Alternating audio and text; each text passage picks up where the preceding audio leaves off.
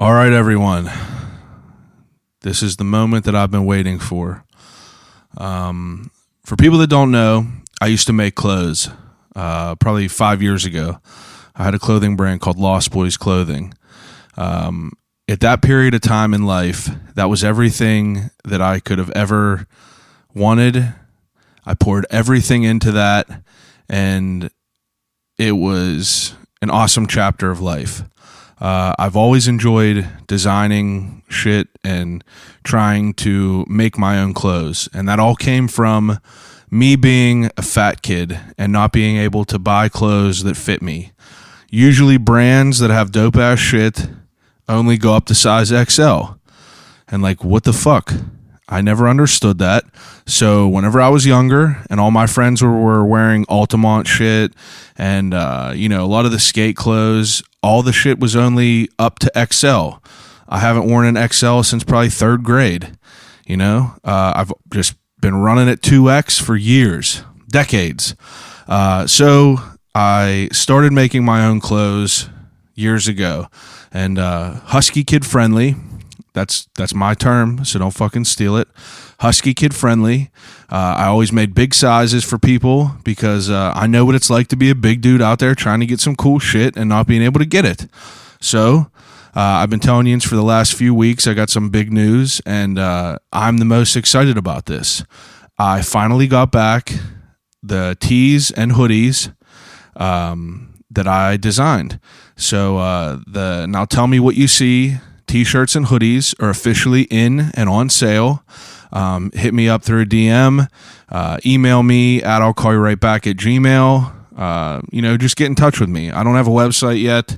That's it's on the to-do list, but I came up with a design and made some tees and hoodies, and I wanted to see how they started moving. I wanted to see if people wanted some shit that was I'll call you right back brand, and I put a couple pics of the tees and the hoodies online last night, and people are having a real good response to it. So I'm excited. I got so much shit in my head to put on different merch, and I'm excited to keep that going. So hit me up, let me know. I got sizes from small to 3X, and they're definitely dope. All good quality.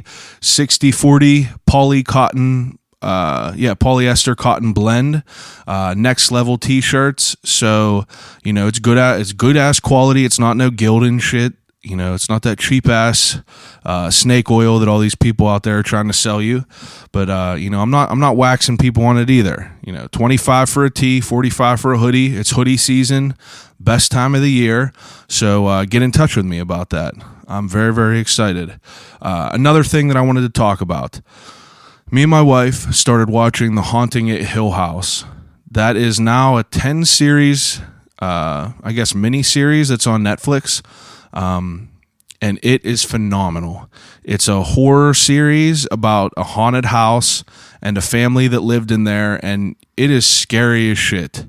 The first episode when they're building up people and trying to lay out the characters and everything, I'll be honest, I fell asleep. Maybe I was tired, maybe I was bored. We'll leave it at that. But now we're on episode 8, and it's incredible. It really is like just terrifying, and it's something we've all been waiting for. Anyone that likes horror stuff, I don't know of a series that is like a 10-series horror movie part. It's just a 10-hour movie we're watching basically. But super, super good. So definitely check that out. That's an original series on Netflix, The Haunting at Hill House. All right. Another thing that I wanted to talk about. Halloween is coming up very, very soon. Definitely my favorite time of the year. And my next guest is someone that I've been excited to talk about since I wanted to do this whole horror Halloween theme. I thought about this back in like February, March, somewhere around there. I knew that in October I wanted to get all horror-themed guests because why not? It's Halloween, right? My wife took me to this haunted house probably 6 years ago. It's called Castle Blood, and it's in Monessen, all right? The address is 100 Shoemaker Avenue in Monessen, PA, 15062. And I knew that this guy was someone that I wanted to get on the podcast because what he does at his haunted house is like nothing I've ever been to before. It's absolutely my favorite haunted house in the city. It's definitely on the outside of the city limits, but I love it. And I talked to, so I mean, like my guest this week, his name is Ricky, but I know him as Gravely. You know, that's his character that you always see outside of the haunted house, outside of Castle Blood. You know, guy in a top hat, has a very, very like awesome makeup on his face, an awesome full costume, and you know, I just love the haunted house. Like inside of it, it's more of like a interactive haunted house. So, you know, you got people hopping out and scaring the shit out of you, but it's way more than that. It's not just like, you know, walking through a house with your head down, trying to avoid getting, you know, completely scared.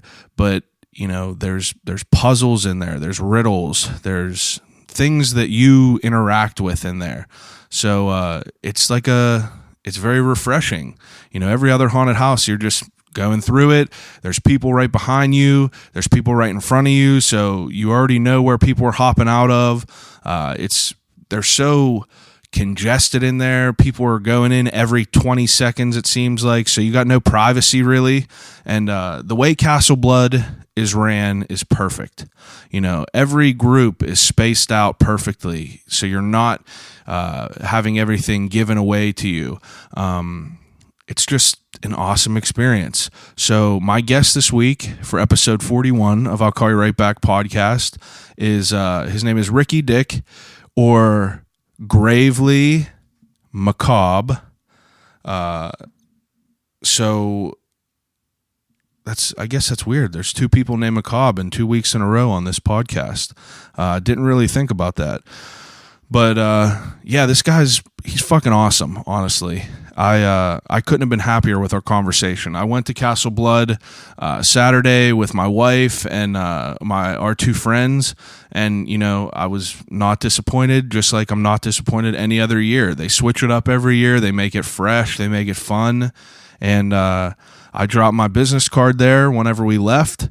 And I hit this dude up on Facebook through the Castle Blood Facebook page, and he hit me back, and he was like, yeah, let's do it. Let's make it happen. So I went to Castle Blood 2 nights ago, and I sat down with Gravely, or Ricky, or however you might know him if you do know him. We sat in his office, which is part of the haunted house, and it was just everything I could have wanted. You know, I love the whole... You know, I love people hopping out and scaring you, and I love seeing everything, but I also love looking at all the detail of it. And I got to see inside the haunted house with the lights on, and it was just so awesome. We talked about so much cool shit, like how someone even begins to get involved with a haunted house. Like, I had no idea how someone, you know, I don't know how someone starts a haunted house. I don't know how someone keeps it going for 26 years. This is his 26th year doing Castle Blood. And I could not vouch for them enough. I could not urge you enough to go visit it. Make the trip over there. They're awesome people. They put so much like care and detail into what they do, and they have an awesome staff that, I mean, you'll hear about him. Jesus, can't even talk. You'll hear him talk about everyone. He said that you know, the majority of his staff has been with him for over 10, 20 years, of all different types of walks of life of people. I said that wrong. All different people of walks of life.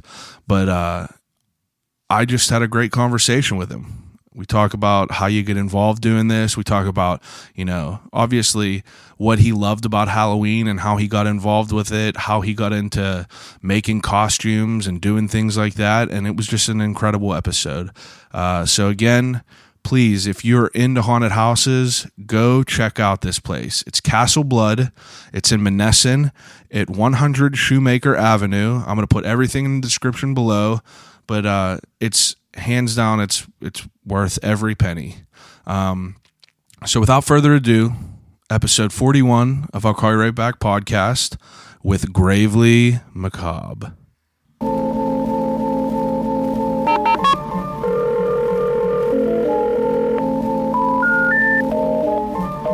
I gotta use the telephone. Hello?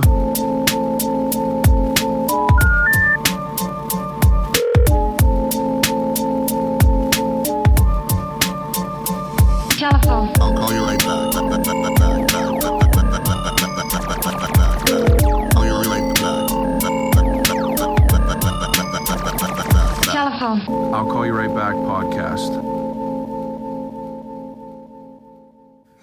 You know, owning a haunted house, people probably think that you're... I think all kinds of shit, yeah. And it's like, sometimes we were just having that discussion today that when people actually get to know us, we're probably boring. They probably think we're at Kelly level or beyond, right? I didn't know what to expect. Yeah. I didn't know what to expect whenever I talked to her. Yeah. Just because, like, you know, stereotyping and oddities, an oddity shop, you never know what it really is. And I was referred to that place through... Are you familiar with Black Forge Coffee?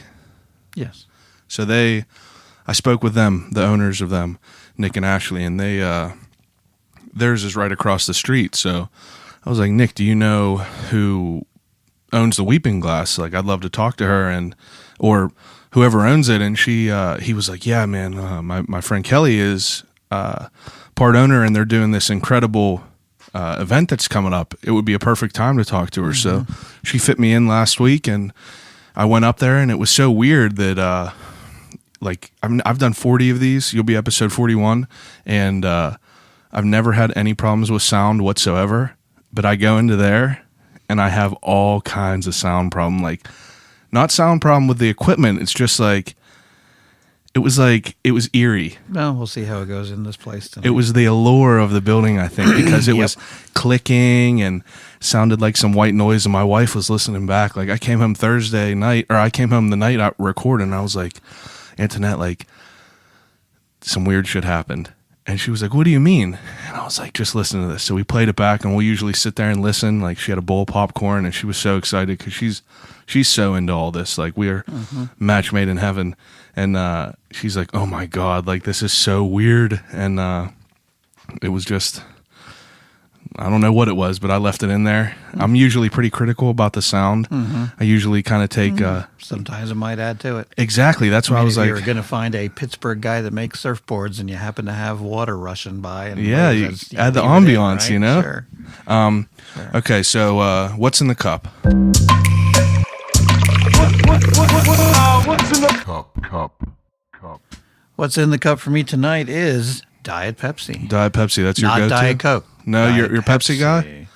I will drink Diet Coke. Yeah. I lovingly refer to it as that brown bilge water. Yeah. But I will drink Diet Coke. I myself, whenever I did drink like pop, I was a Pepsi guy over Coke all the time. Yeah, I grew up in a Coke household, big time. My mom had like stained glass Coke lamp and all that. Oh, yeah. But as I go, so we didn't have Pepsi growing up. It was verboten. Yeah. I definitely, a fountain Pepsi was my favorite thing ever. But I don't know, one day I just stopped drinking it. Just same thing with Turner's tea. I used to be a fiend for Turner's tea, but just haven't been into it in a while. And I usually crack into some ginger ale if I do want to pop, but I'm usually a seltzer guy now. I like just a plain seltzer. Yeah, well, my New Jersey, New York roots mean seltzer's fine here too. Yeah. Yep. Well, I do appreciate you letting me do this. It's very wild to see this place with the lights on. And so I talked to the guy that was running. He was the vampire guy. I can't remember his name. It wasn't Boris. It was Bram. Yeah, that was it. And he, how many years has this place been open? This is our 26th season we're in the middle of right now. 26. We've been in 5 different locations, some of them only for a couple of years as like placeholders. Yeah. But this is our 26th season. And this, he was explaining this place was an old funeral home? It was. It was built in 1905 by one of the 4 founders of Monessen. Really? And it's and only 2 of the founders' homes are still standing. So we have like historical designation, just not historical enough that I can't do what I want to with the building. Yeah. And in the 30s, it was turned into a funeral home. And it's been under 4 different families' names until 2009. Really? And it was a midwifery back in the 30s. And it was never... I don't believe it was ever the most affluent funeral home, so they would take care of people that needed help for cheap and, Yeah. you know, to be honest, river floaters and Lord knows what else, you know. whatever would come through. Yeah, true enough, which is part of the legend of this building and the craziness that people think go on here, but long before we were here. So how long have you had this building? This is our 5th season here. 5th season here. And whenever you got this place, like what kind of shape was it in? Horrible, because it had been empty and unlocked since 2009, and we got it in 2014. And before you had this place, before you turned this into this, what was this beforehand? It was still a funeral home. Ran in 2009? And the family wow. lived upstairs, and it's 3 stories. The family lived up on the top 2 floors, and it was funeral room all down here. Wow. And the embalming room was out where the gift shop is now. Really? That's awesome. I never knew about like any of the funeral stuff or embalming, and that's why I talked to the funeral director that I had on here, Sarah. When people think of funeral directors, I feel that they think of like either a creepy old man like Vincent Price or like Angus Scrimm from exactly, stuff exactly, like that, stuff like that. But I found this, she's just a young girl, dresses like very vintage, like cute little girl, and I was like, I bet you she'll offer like a really refreshing, like how like you wouldn't expect her to be a funeral director. Sure. Yeah. So we talked about it, and she enlightened me with a lot of cool stuff. It was actually an awesome profession. And so you said about this building. Do you ever have any experiences in this building, like as far as like Constantly. creepy things? Really? So much so that we do ghost hunts here. Really? The folks Ghost and Nat, who you should get on the show someday. Ghost and Nat. They're Pittsburgh ghost hunting. The guy that owns it was on one of the MTV ghost shows. Yeah. And so they run events here. I'm not involved because it's really tough to make people believe we're not screwing with them in a haunted house. Yeah. But they've been down 6 or 7 times now to do ghost hunts, and they get images, they get people talking back, they get all kinds of stuff. Really? So, and we get that when we're just here working. All benevolent. Nothing's ever been bad. Mischievous sometimes. But nothing bad. Nothing but, aggressive or anything. No, but there's some times that I know the regular customers go through, and if they get chills or they get this or they get that, it's not actually anything I plugged in to make happen. So you yourself has experienced things in here. Well, I've seen things like, okay, so you and I are sitting across from each other in my office right now, and I've seen things like a shadow go between us.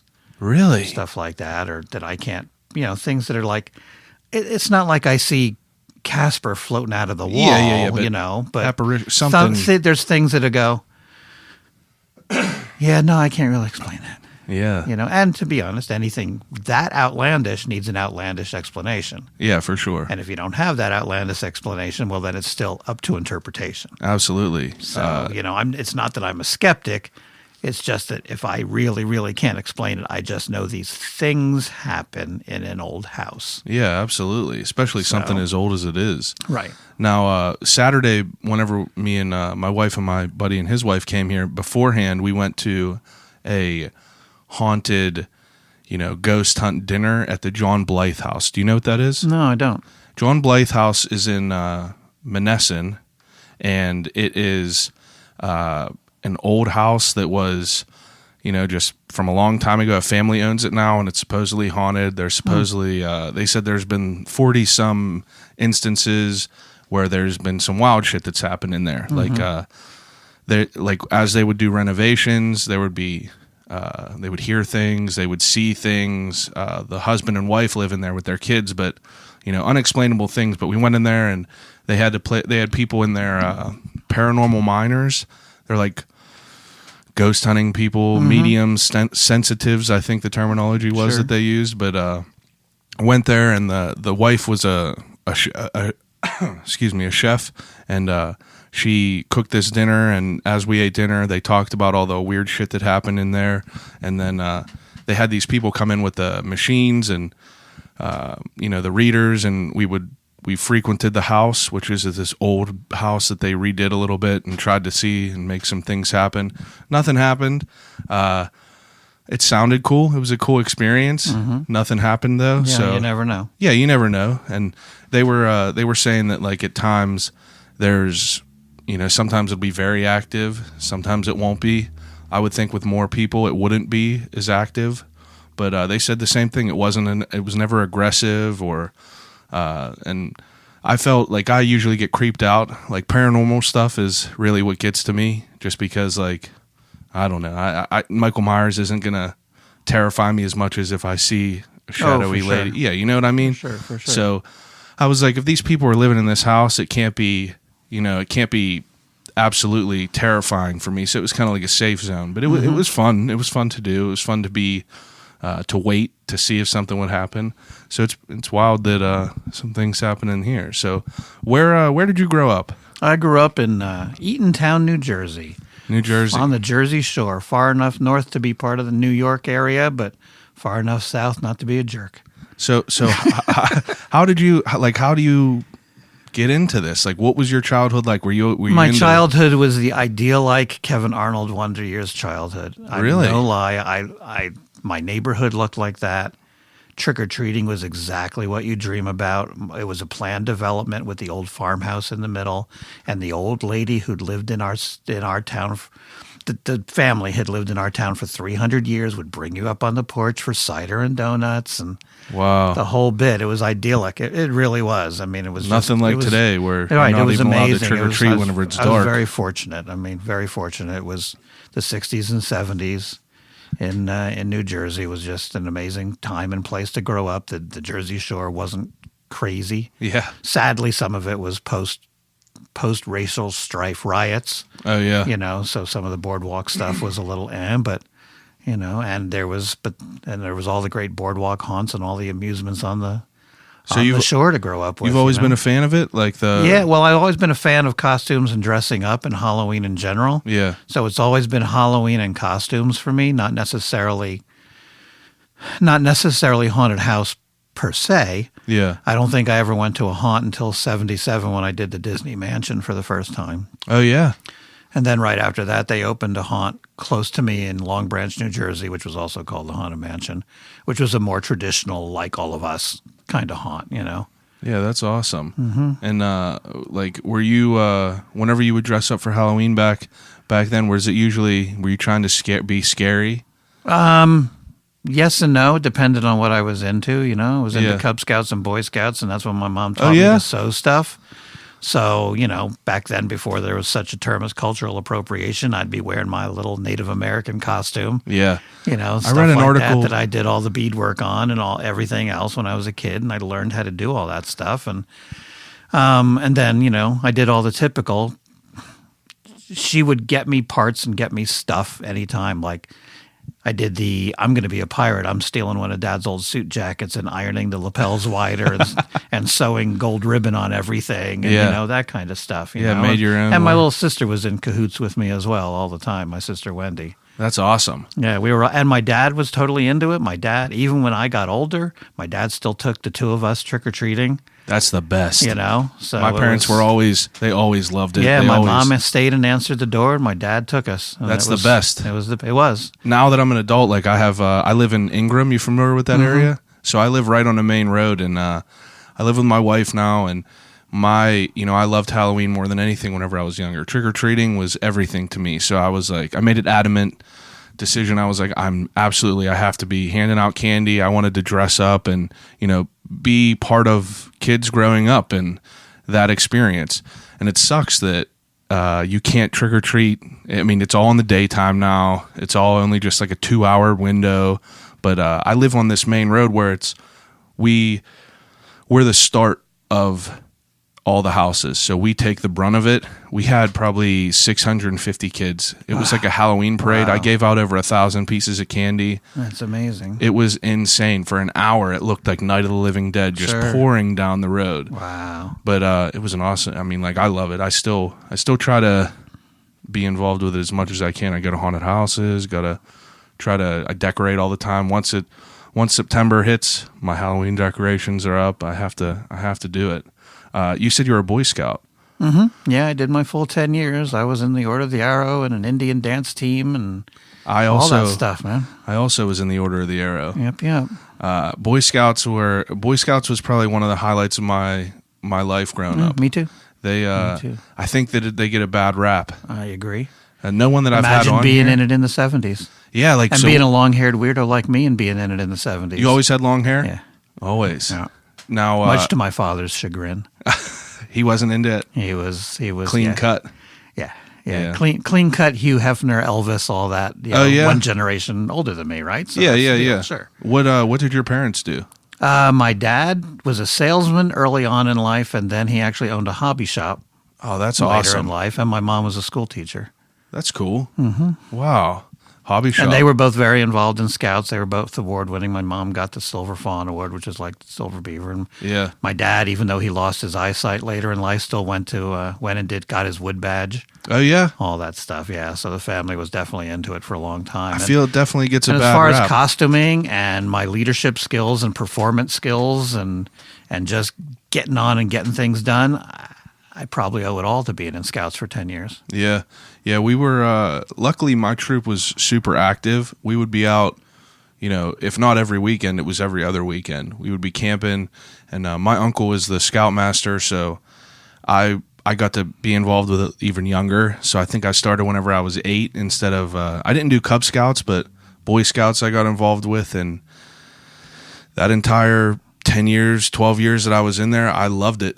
It was just, we were out there camping, and, you know, you learn a lot of shit in there, and you kind of forces you into like teamwork and all that shit. And I don't see too many people doing it nowadays. More than half of our managers here at the castle were either lifelong scouts or scout leaders or even professional scout execs. Oh yeah. Yeah. It's I worked in a haunted house. I've worked in many haunted houses growing up, and our first one of me working in there was because of scouts. We did one, you know where Coney Island is in downtown McKeesport, or where it was. No. It was just right on, right in the ran down part of McKeesport now, before it got even more ran down than it was. Yeah. And we turned this building into a very low budget.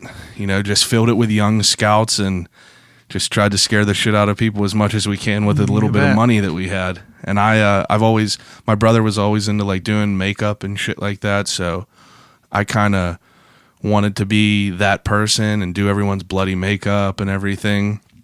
So it's always been involved in my life. So when did you move to Pittsburgh? Well, I moved to Western Pennsylvania in 91. Yeah. In the 80s, I had a costume shop in Red Bank, speaking of being on a podcast, right around the corner from where Kevin Smith's comic shop is. Oh, yeah. It wasn't there at the time. Yeah, yeah, Because yeah. he was nothing at the time, Yeah, you know. Yeah, nothing. But, it was in Red Bank, which was just a few miles from my house, and that was a wonderful old Victorian town with walk-around street traffic and all that kind of stuff, and the Catholic high school right in the middle of it all, so, you know. Yeah. Girls in yellow and green plaid skirts every day. It was a great time in the 70s. I bet. I bet it was. Your costume shop, was it like mascot type costumes? No, well, it was regular and party rentals and all that kind of stuff. And we were, you know, the weird ones that were also going to science fiction conventions and competing in those masquerades and everything. And we were starting to really feel our oats as far as makeup and learning to cast our own appliances and doing all the stuff that now you can just go to YouTube and find. Absolutely. You know, Everything's on back YouTube then it was now. like, no, this is all secret. Yeah, you know? where'd you even come across all that stuff? Just by We were close enough to New York, and we were young enough. We were so young. I owned the shop when I was 22, Really? and I was too young to know you can't do this. Yeah. So I would take the bus or the train into New York City, and I'd knock on Bob Kelly's door, and he would give me all the human hair scraps that they were making wigs and mustaches for Broadway plays. And I would just show up at these things and just go, hey, I'd like to do this. How do you do that?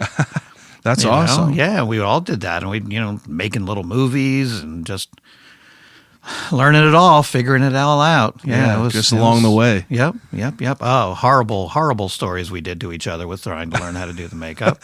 Yeah, I mean, you got to learn somehow. Yep. We made our own. We always made like our own videos and stuff like that. The last one we made, it was a zombie video. It was we were in my buddy's backyard, and we had like a old mask, and I put a watermelon in it, and we had a scene where I took an axe to it, and it was very, very just terrible, low budget, but it was always so fun doing all that stuff. No one does it anymore. All kids are just stuck on their iPads and on their cell phones. It's I know. depressing. Well, the costume shop lended me to more performing and the magic aspect that you've seen here at the castle and all like that. Because we started renting out clown costumes to people that were doing things, or just because you have a costume shop, people start calling, hey, do you do birthday parties? Hey, do you do this? Hey, do you do that? So we started. Yeah. And I ended up clowning for a while. I ended up Really? doing a little circus work here and there. And What's that kids like? parties, and it was great. It was not like it is today, where everybody hates clowns. It was wonderful. I hate clowns. Yeah, we would love. We were junkies and trolling every Ringling Brother clown we could meet, and I got to take classes with the old guys. Yeah. I mean, some of the old guys from the 50s and 60s, and Russian clowns, and And performing. These people take it so seriously. They're just performers with a different kind of makeup on. The real ones. yeah. The real ones, Yeah. not John Wayne Gacy, the actual clowns, You know, the kids. and they love it, and they're doing it out of love and out of their hearts. And so I learned tons there. It's all thanks to Tim Curry that I hate clowns. I don't. He I ruined it for understand. me, and I'm sure a lot of other and people. a lot of people. You bet. He You bet. that was That's why we don't have clowns here, because it's bad for business for all my friends. that's one of the best parts about this place. You know, You got yeah. enough scary shit in here, but That's no right. clowns, and I no have clowns, to deal with it. no chainsaws. Every other No. haunt around here got a clown part, and I'm just I know that half of them are young kids in there and like just regular people, but it just something about it just creeps me out. Oh, and we have actors here that are just as fearful of clowns as you are. It's weird that's like a main fear among people, like So you were here just this past Saturday? just this past Saturday. So you met, in character, my nephew Belfry in the funeral parlor. I did. He's a Ringling graduate. Oh yeah. Yes, class of '87. He was, yeah. Wow, that's he worked, awesome. He worked Ringling for sure. He worked Disney in California as part of a Ringling show. And he did the skulls. Yep. In the show. And he was Black Bart falling off a roof at Fantasy Island in Buffalo for 30 years. Oh wow. Getting shot off the roof. That's awesome. So we have kind of a wide variety of people here. I bet. I mean, I feel like a haunt acquires interesting people. For sure. I mean, if not they were every- normal, they wouldn't be here with me. Exactly. They'd have better things to Boring do. people wouldn't want to. Boring people aren't involved in things like this. That's right. It's all interesting people that want to do fun things like Yep. this. Whenever you were a clown, I'm curious, what kind of stuff did you do? Did you do balloon animals and I did everything? balloon, I did twisting, yep, and I did face painting and magic and That's all of awesome. that. And a couple little times I got to be in a circus, I really rode an elephant. And, Yeah. I did come in, like the clowns do the opening act before the ringmaster come in. I'd done a lot of that stuff. I mean, not with big shows, tiny little shows. Were you a juggler? Yeah, I can juggle a little, not good. Belfry's really good. Oh, yeah. Really good. That's and we always have a been couple other of fascinating. our original casts that aren't here. We used to have a pirate character here who would go out front and juggle machetes and torches in character and Really? pirate character before the show. Jeez. Yeah, he was real good. I can only juggle a little bit. My brother's real good. I've always tried to emulate my brother. He's 6 years older than me, so Sure. he was the filter of all the cool shit, and I would always just see him doing it, and I was like, I'm going to try this. I was never as good as him. He could do the waterfall juggling and over the top, and I could maybe keep it going for about 20 seconds. Still not bad, though. So that took us all over. I was on to, by the time there was a little stop in Maryland in between where my lovely daughter was born.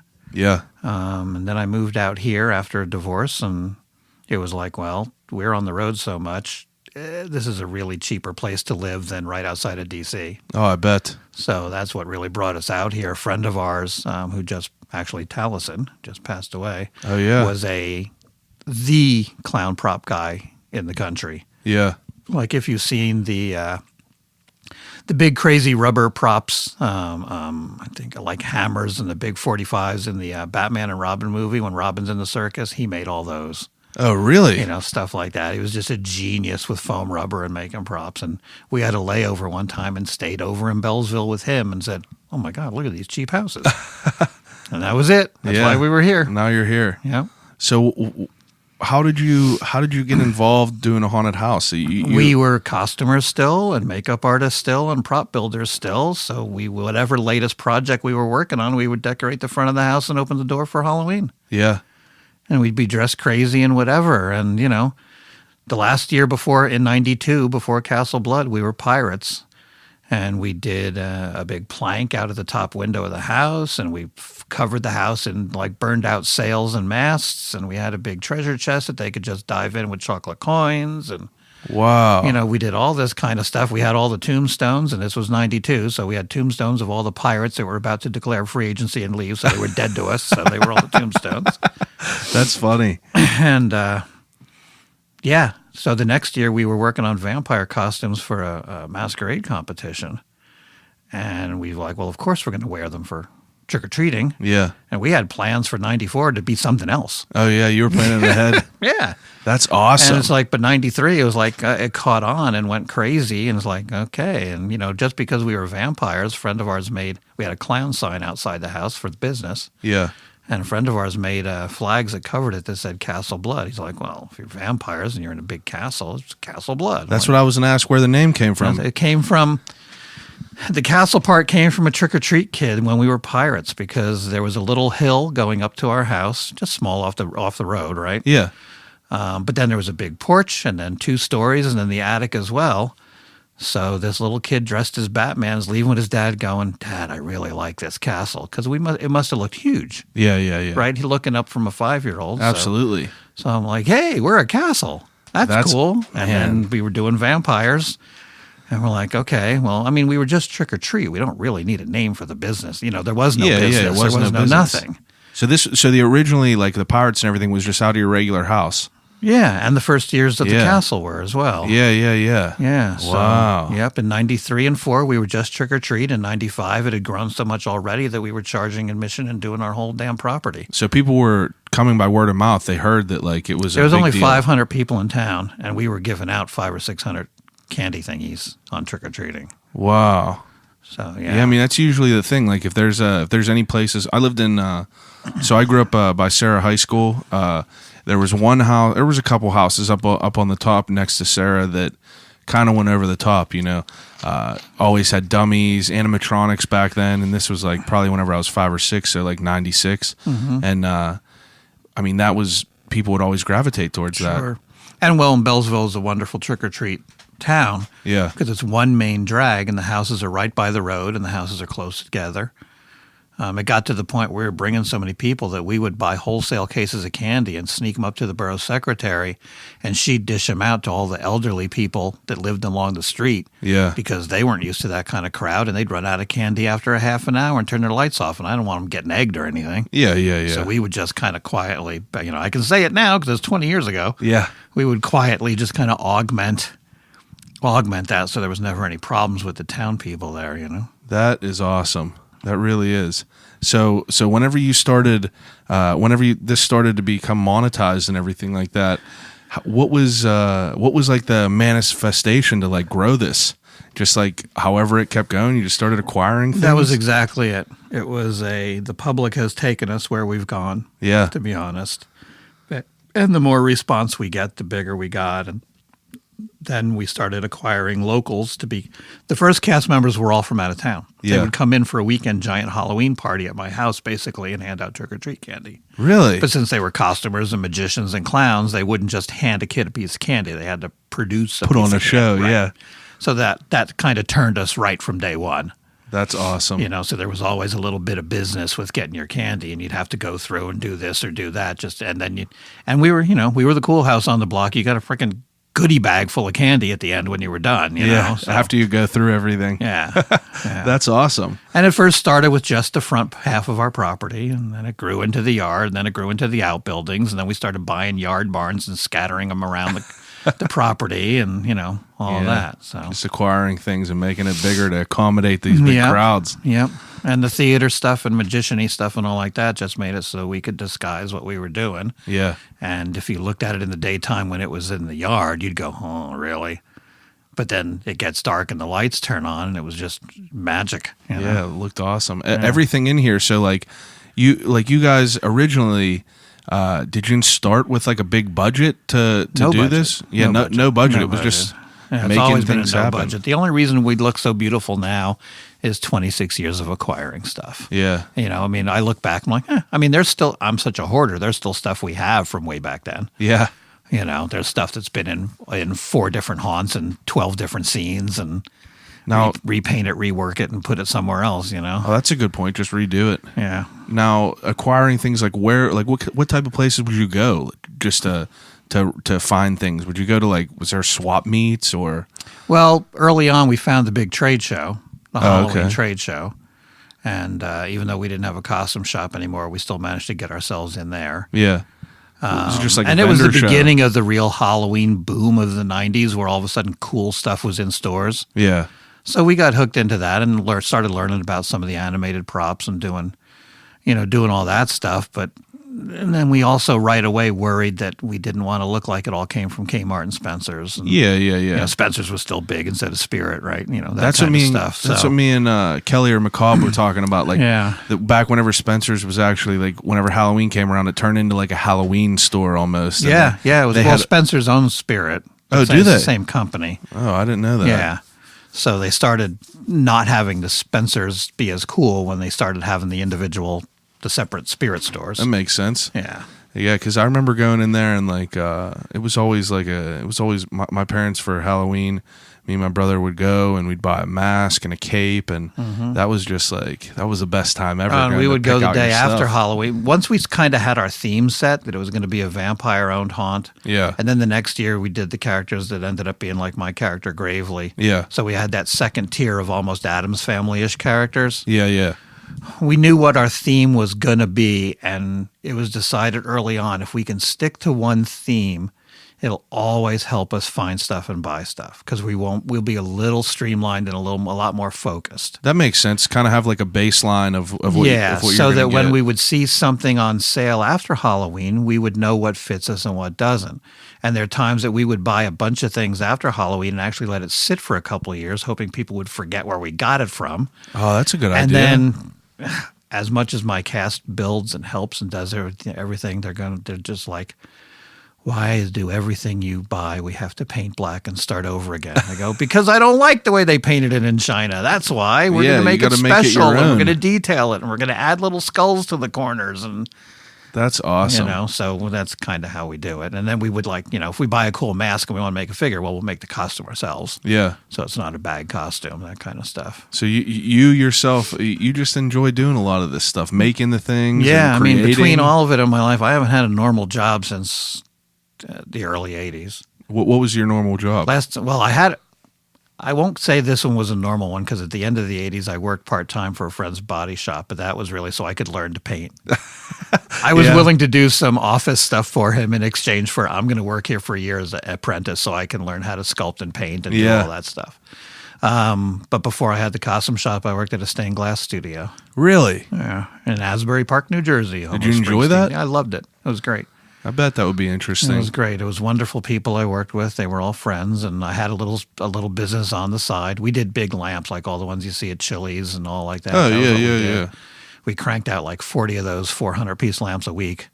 Wow. And then with all the scrap, they let me take the scrap home, and I'd make all the little birds and hummingbirds and mushrooms that you put in mom's kitchen window. Yeah. And I would just go to swap meets and sell that stuff on the side, Yeah, that was always like a big part of like being a kid. My dad, we were always at flea markets and Yeah. all them places. And that's where I feel like I kind of came into my own. It's like my mother was like the go to work and work her way up. She was a corporate, big deal PNC. And my dad was kind of like a stay at home dad. Before I came around, he was a construction worker. And like my first few years of life, he stayed home and raised me. And my brother was kind of old enough to be off, but I was always just with my dad at flea markets and talking to adults ever since I was younger. So, Yeah, me too. It would be like, my dad was a salesman. He was on the road a lot. oh yeah, a yeah, lot. But when he was home, Saturday was get in the car and we're going to go to some hobby because he was always a model builder and, as his own hobby. yeah. And we'd always be off somewhere to some shop, some this, some that, hanging out for the day and doing stuff. Yeah, and you just got sure. out there and you actually talk to people instead of kids nowadays are just on their phone. They don't even know how to communicate with people. Yeah, like back in the 60s, it was a big craze for the 1/32 scale slot car tracks, like Yeah. the larger ones that are almost like Tonka toy size cars, Yeah, not yeah. the little ones. Yeah, And there'd be places that had giant, huge, crazy tracks, and you go like rent time and play and have fun and whatever. But when I guess my first job when I was 6 or so was I had a 5-gallon bucket, and all the tracks had colors on them, so that the people they'd bring their own cars, yeah. but the people would be like, oh, orange guy or whatever like that, and they'd wreck and the cars would fly off the track, and I'd be the little kid in the middle putting the cars back on the track for tips. Yeah. So I was always doing something with my dad, and my mom was so crafty she was always crafting, always making stuff, always doing stuff. So my sister and I just grew up Kind of came into it. always doing stuff. Yeah. What kind of stuff did your dad build? Them cars? He was a scale modeler. Oh yeah. Yeah, airplanes and tanks and all that kind of stuff. That's Yeah, awesome. yeah. My great uncle and my dad got it from him, but they obsessed with model trains. Yeah, my mom and him started that. My dad would build the trains. My mom would do all the like scratch build buildings and stuff like Yeah. that. Yeah. My dad, he's never he was not really into like the buildings. Like my great uncle, like they would have these big train layouts, and he had this crazy one in his basement, and they had friends that had like whole room layouts, like almost like the one at the Science Center. Mm-hmm. But I was always in hobby shops as well. I played Magic cards too, so Sure. I was in there getting all those all the time. Well, people laugh that my folks both passed away before I even had the costume shop. Oh, really? But people that see what I do now, they're like, you're just still building dioramas. It's just 1-to-1 scale Yeah, now. 1-to-1 scale. Because that's where I learned all the painting techniques. That's where I learned to dry brush for wood grain. That's where I learned to weather things. Was all hobby shop tricks when I was a kid. Yeah, because if you look around at all these places, all these things, like it all looks incredible. It really does, and it's very like crafty how you do everything. Like right now, I'm looking at these doors that are, caskets. Are those real caskets? This one is the lid off of one, and that one is not. That one is 2x6s and a sheet of Luan. Wow. Yeah. So you would never be able to tell though. So we just like cut the shapes in the 2x6s and soaked down, wet the Luan, and curved and bent it and curved it. Wow, that's incredible. Yeah, I mean, and like I guess yeah. Over the years, you would just acquire things and be able to piece them in like puzzle pieces. I mean, and it's pull hard. I them mean, out. I built a lot of haunts for a lot of other people, and they're like, "Oh, can you make it look like the castle?" I'm like, "Not on your budget, not in 1 year." Yeah, yeah, yeah. It takes many years and a lot Yeah. of pain and shit, I'm sure. So, how do you keep progressing in this world? Like, I noticed that like all the other haunts that I go to, it's all like real high end, expensive animatronics. Like, it's almost like they don't even have scare actors in there anymore. It's almost like they just rely on the technology that's coming out. And it's tough because getting actors, whether you're a volunteer place or a paid place, Yeah, getting actors is hard. It's especially if you're much bigger than us and you need, 100 a night, 75 a night, how many usually You run know? in here? 30 if I'm lucky. Yeah. Usually it's a little less than that. We rarely have all of our scare zones covered, to be honest, because we're so story intensive. If somebody calls off, if somebody's sick, if somebody can't make it, well, I have to yank a scare actor to work that scene because, as you can tell, if there's somebody not in a set, well, the whole game falls apart. Yeah. Because so your haunted house, is that what you call it? A haunted house? Yeah, well, because nobody understands any other word I've ever come up with. So- What is the word that you came up I don't know. After 26 years, I don't know. You Yeah. know, we tried to be haunted attraction and all stuffy and snotty. And we tried to be haunted adventure tours, but nobody understood what the heck that was because it was 15 years before anybody heard of an escape room. Yeah. So that's always been kind of a puzzle for us as well. Now my wife calls it classic American Halloween, so we just go back to it's a haunted house, but it's different. It's way different. And that's Yeah. that's one of the main reasons that I wanted to come here and talk to you, because like this is like nothing I've ever been to before. It's you have your suspenseful haunted house factor, but like you guys work in, like you said, it's story intensive. Mm-hmm. Every year I've been here, it's been a completely different story. And You know what? It's almost been one story for 26 years. really, You can come any year and it doesn't matter. It's a different theme and a different game. And Yeah. the game's always different, everybody. You can Yeah, come yeah, back. yeah. So the playability factor of this is fine because every year it's different. But I am so horrible at being the hard-ass continuity police over the whole haunt. yeah, Because I have a lot of really creative and talented people here. The manager is my wife, my daughter. My daughter's grown up working here, Yeah. Everybody has ideas, and we all have to put it through the filter of what have we done before? How is this actually going to work? We've already set precedent with this. I don't know if you were here 2 years ago when the radio came to life for part of the script. yeah. So that think I do radio, remember that, yeah. radio show, the old 30s radio show that was playing was Beyond the Bazaar, and it was like an old 30s radio show, as if it was some weird thing on TV now, right? Yeah. But this year, in the trophy room, the display pieces that came back from the Museum of Natural History Yeah. was from the Beyond the Bizarre exhibit. Oh yeah. You know, it's just little stuff like that It's just sort of that we just recycled always, kind of, yeah. Well, not even just it's. We've already set precedent that this thing exists and has existed for a long time. So as we keep going forward, it's like, well, yeah, but we did this, so now we have to write it this way. Yeah. You know, and a lot of it takes place of just how am I feeling and what do I want to write that year and what story do I have to tell. Yeah. So is it like, do you each year, do you have a general idea or do you just have things come to you and you just kind It's of. all, and I don't write the show. No? I may be the one that finally types it out, Yeah. sort of in horrible typos all over that my cast knows how to read. God bless them. But my wife, my daughter, the performance director, my operations manager, who is a magician himself, Yeah. we all collaborate on it. And, you know, even while we're just working, building something, it could be a teenage kid who's just learning how to paint, but they're the ones here. So they're talking back and forth with me about how's this room going to be, stuff like that. And we kind of hash out things. So there's no one way the show actually gets written. Yeah. I will say last year for our 25th anniversary, I had ideas a couple years ahead that I wanted to save for it Yeah. because I wanted to do the whole clock thing and time and, you know, all of that just as a 25th anniversary deal. Yeah. But usually it comes a lot of different ways. We also have to take in consideration, well, if we call it this, what are the talismans actually going to be and can we afford them?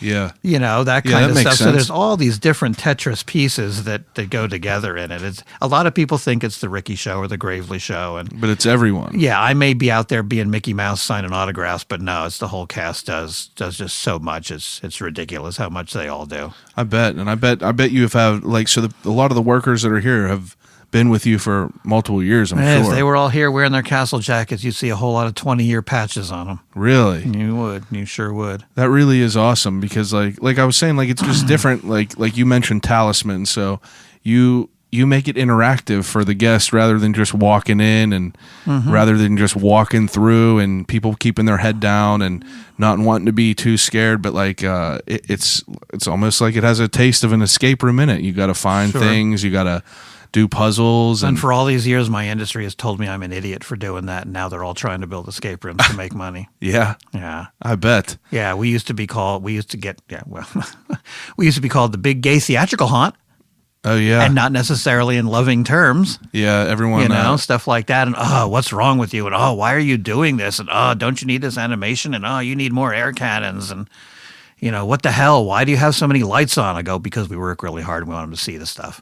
yeah, that makes You sense know, for sure. stuff like that. You know, rather than it's just like- being a dark hallway walking through that. And dark hallways is scary. I Yeah, get it it. is. I It is. totally get it. You know, but Now, the way that my wife described this to someone that asked me, she said this was like a theatrical haunted house. Right. And I felt that was a good way to describe it to someone that doesn't know because whenever they asked what that meant, it was like it's almost like it's a performance. Like it's it is, and the whole place runs like a community theater group. Yeah. I mean, it's all volunteer. We're all a family. We all always get 2 or 3 new members of the family every year.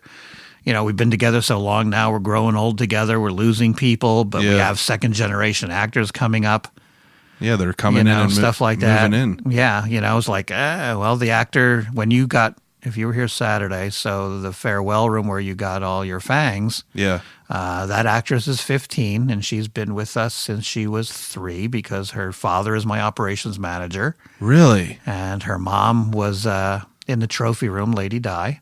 Oh, okay. And Yeah. she used to often be, by 8:30, she was the lump under the velvet robe on a couch in the scene, yeah. but she literally grew, just like my daughter, she literally grew up in this place.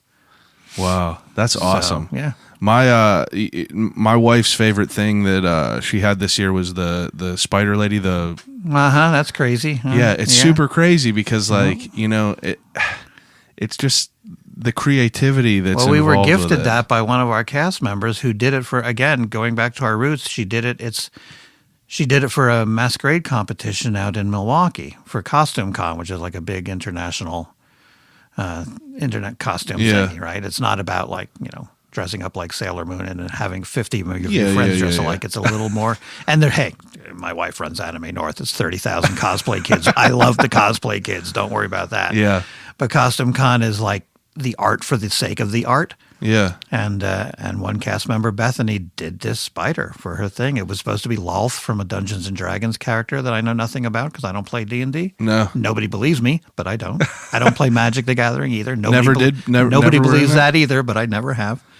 I recently and got afterwards, it. she's like, "This thing is so big, I don't know what to do with it. I can't. It won't fit in my apartment. Do you want it?" Yeah, Like, so for people that are listening, it's literally like a human-sized black widow spider or spider. Yeah. And it's a huge, like, it's an awesome scene. It's just this huge spider on a mountain of bones, and Just burst through one of the mausoleums. Yeah, It's it's like she's just- been in there forever waiting, kind of thing. there's so many just cool things in here that like the whole time I'm walking in, like it almost like took away, like the air cannons would get me just because of the suspensefulness, but I would just be staring at every detail that's in here, even like from everything like to this office room or like the gypsy room up there. And you guys really seem to like make it, like I'm looking at that clock right now that I just see looking at me the entire time, and I just keep staring at it. But the whole time it's just like it's very detail sensitive. And what you said about like having lights on, that really makes sense because you want people to be able to see the detail. Well, and see early all on, that.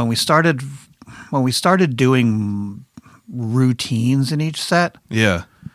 I realized that not everybody gets us, or if there's a group of 8, maybe the actor is talking to 2 or 3 or 4. Yeah. And I noticed the people in the back looking around and just, they're not, I'm like, wow, if we don't have every square inch of this place right on, and it doesn't have to be totally like there's something there, but it Yeah. has to look real.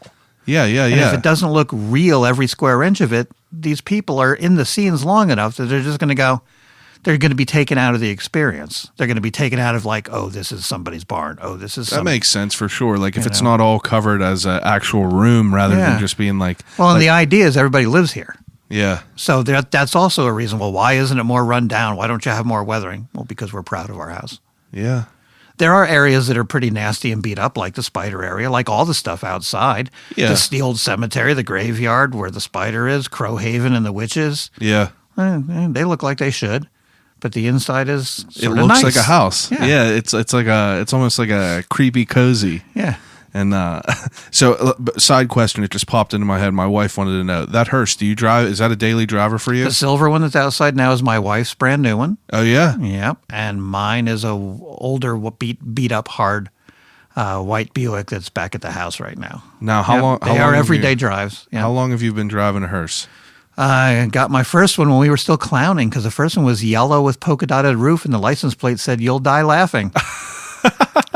And I got that one in 92. We got our first more haunt sensitive, proper one in 94. We had a couple big Cadillacs and they were hard to drive. The old 70s Cadillacs are beautiful, but they're hard to drive and get parts for and everything. So I bet. switched to smaller Buicks, and I've had a bunch of them. And a lot of the cast members have had hearses off and on in the years. And It's always been a dream car. Yeah. My dad had a Cadillac hearse, and he talked to me about it. And ever since I Google a picture of it and look at it and look how nice they look, I always wanted one. well, this new one is my wife Dawn's, and she's only had it since August. The fun thing about it is she bought it from Pinhead.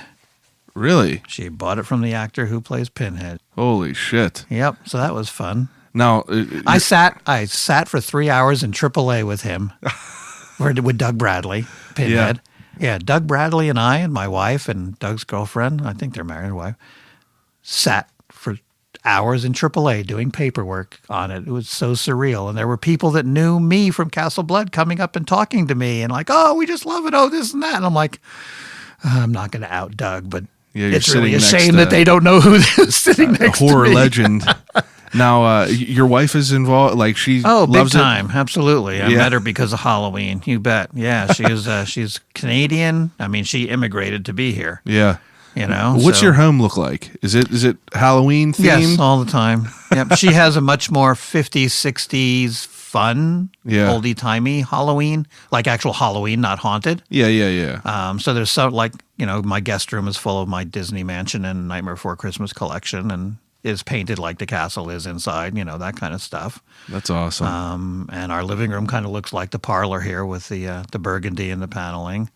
And her room, she's a Godzilla collector and a Godzilla suit maker. Oh yeah. And we used to work for G-Fest and write for the G-Fan magazine, so she's pretty hardcore there. Wow. So she's got a bunch of her goodies. And My uncle-in-law is a crazy Godzilla fan. yeah, she's Kaiju Gal. Is Yeah, her, I'm handle sure. online, and I can't she's wait to tell him hardcore. about it. Yeah, he's she's been hardcore. here. He's been here with us. They live over in Vegas, and he's came back last year after last year after me and my wife got married. We got married on Friday the 13th. We came here, or actually after I proposed, we came here the next day, and they were here for that. But he's crazy into it. Well, she collects loves everything. it when Godzilla fandom is a lot of guys. Yeah. So she loves it when the guys try to throw down on her. Yeah, and she could just be like, Yeah, "You're out of your no, you're out of yeah. your element." Yeah, It's she's, just like, it's amazing. It's hilarious to watch. I bet. Now, are you into the watch horror movies and everything all like the that? time. Yeah, I mean, if I'm just working and I need something on, it's probably going to be some old Universal black and white in the background, just to, and it's not all horror movies. It's all speculative fiction. It could be Star Wars. It could be anything. Star Wars fan whatever. too? Yeah, for sure. Star Trek too. You Yeah. bet. That's fandom, one thing. fandom. It's one thing I couldn't get into was Star Trek. My brother, me and him have talked about it. It's a little numerous- bit generational. I It think. is. It's definitely generational, but he went through and watched every single one after, years of us, making fun of it, I guess. Mm-hmm. He went through and my cousin got him hooked and he watched every single one. It took him probably 2 years to watch all of them, but he's watched every single one of them and he keeps trying to get me to, but there's just too much good stuff on TV.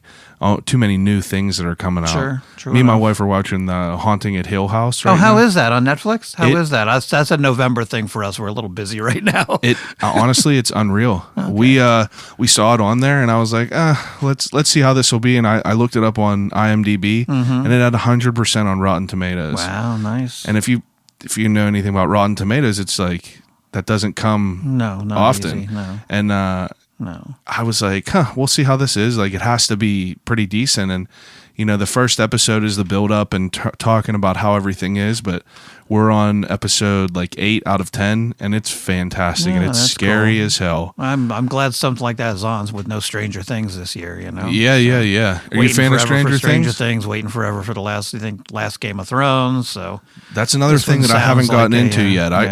we I'm- resisted. We didn't watch until the 5th season was about to come out, and then we binged the first 4 seasons and Yeah. then got into it. So And it was just one of those we resisted. We didn't resist it. It's just not something I can't. It's not that I don't want to watch Right, it. It's there's just too much. There's too much thing. Yeah, there's too many absolutely. things. So what's it Absolutely. on season 7 now?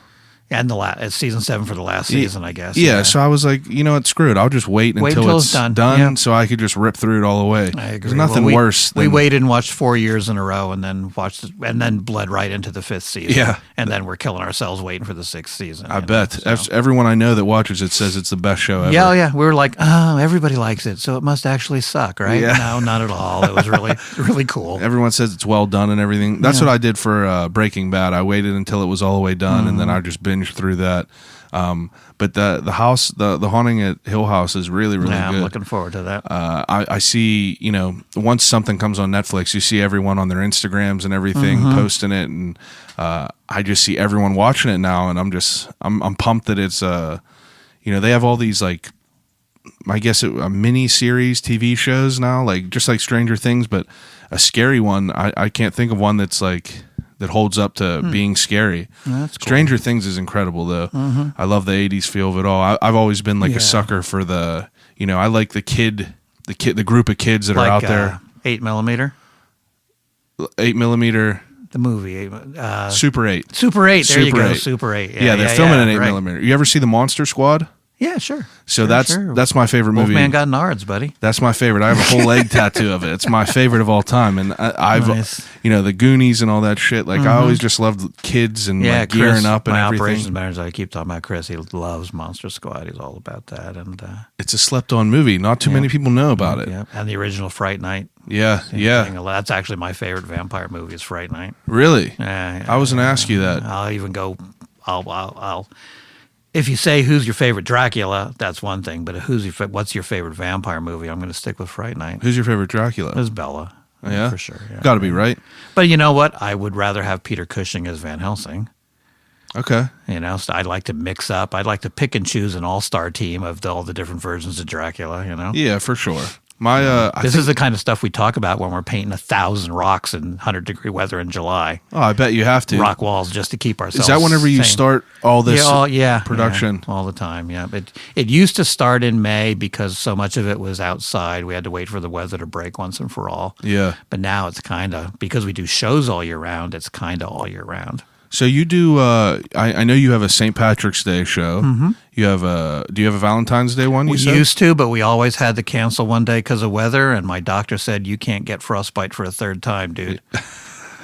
Because I have. So you have frostbite twice, 2 years in a row out there because the boss. I'm not going to ask anybody to do what I won't do. So it doesn't matter. Everybody else is inside, huddled around the space heater in their scene. Yeah. And if I need to be outside, got to be outside. Dawn and I will be outside. Got to be a face. She's Canadian. She has better footwear than me, so I took the hit.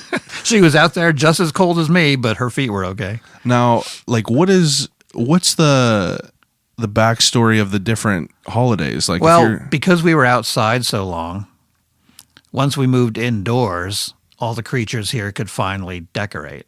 Yeah. So the deal is a little bit like Nightmare Before Christmas. They don't really understand the holiday. They just think it's kind of cool and they'd like to be involved. Oh, wow. So the werewolf that you ran into in Crowhaven, he has had a tree that's nothing but dog bone ornaments and stuff like that. And everybody gets to kind of do their own scene the way they want. That's awesome.